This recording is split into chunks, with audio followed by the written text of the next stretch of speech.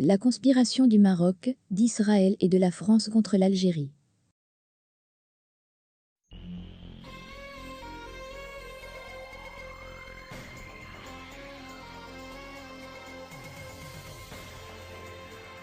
La volonté d'Alger de changer de partenaire stratégique s'est affirmée, avec le développement d'un partenariat dense et fructueux avec Ankara. Un recentrage géopolitique majeur est en train de s'opérer dans la région du Maghreb. Des signes probants annonçant la région aux portes d'une nouvelle ère se multiplient. La normalisation maroco-israélienne, l'intensification de la guerre de quatrième génération menée contre l'Algérie, le soutien plus qu'évident apporté par le Maroc aux mouvements intégristes et séparatistes animés par des intentions terroristes, constituent autant d'indices, voire de preuves tangibles de manœuvres quasi militaires sous couvert diplomatique.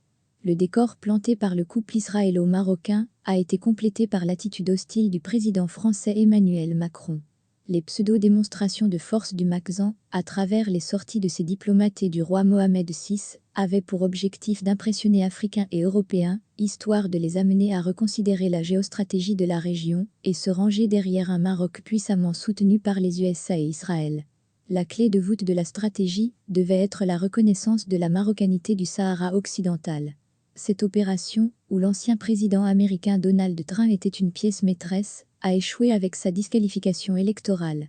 Mais pas seulement, il y a eu l'attitude énergétique, souveraine et proportionnée de l'Algérie. La rupture des relations diplomatiques avec le Maroc, l'interdiction du ciel algérien aux avions du royaume, le non-renouvellement du contrat gazier, auront été autant de coups durs adressés par Alger. La diplomatie algérienne ne s'est pas contentée de ces mesures. Elle a organisé la contre-attaque et remis Rabat à sa place. Au final, la question sahraoui est revenue au devant de la scène, comme un cas de décolonisation, et les États-Unis ont agi dans ce sens. Dans cette guerre d'influence, l'Algérie a fait jouer ses atouts, et l'on s'attend à ce que le strapontin de pays observateur à l'UA, offert à Israël par quelques amis africains du Maroc, lui sera retiré, sur recommandation de l'Algérie, à la prochaine réunion de l'organisation panafricaine. C'est dire que l'axe géostratégique n'a pas bougé et le travail de chahutage mis en branle par le Maroc a lamentablement échoué. Il reste que l'opération franco-maroco-israélienne a laissé des séquelles sur l'équilibre fragile de la région.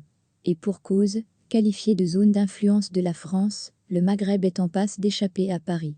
En tout cas, beaucoup d'indices plaident pour une volonté algérienne de larguer les amarres qui la retiennent dans la dite zone. Le non-renouvellement de la quasi-totalité des contrats de service, dans la gestion de l'eau, du métro d'Alger, de l'aéroport, ainsi que la fin proche de l'approvisionnement en blé français, réduisent la présence économique de l'ancienne puissance coloniale en Algérie à sa plus simple expression. La volonté manifestée par Alger de changer de partenaire stratégique s'est clairement affirmée à travers le développement d'un partenariat dense et fructueux avec Ankara. Cela explique les propos insensés de Macron à l'endroit de la Turquie. Ainsi, l'Algérie affiche ses ambitions en apportant au Maghreb un partenaire de taille, mais multiplie les contacts avec l'Espagne, l'Italie et l'Allemagne, histoire de les affranchir de l'idée qu'ils ont de passer par Paris pour traiter avec Alger. Ainsi, le glissement géostratégique est en mouvement, renforçant le poids d'Alger, réduisant celui du Maroc et faisant perdre toute influence de la France dans la région.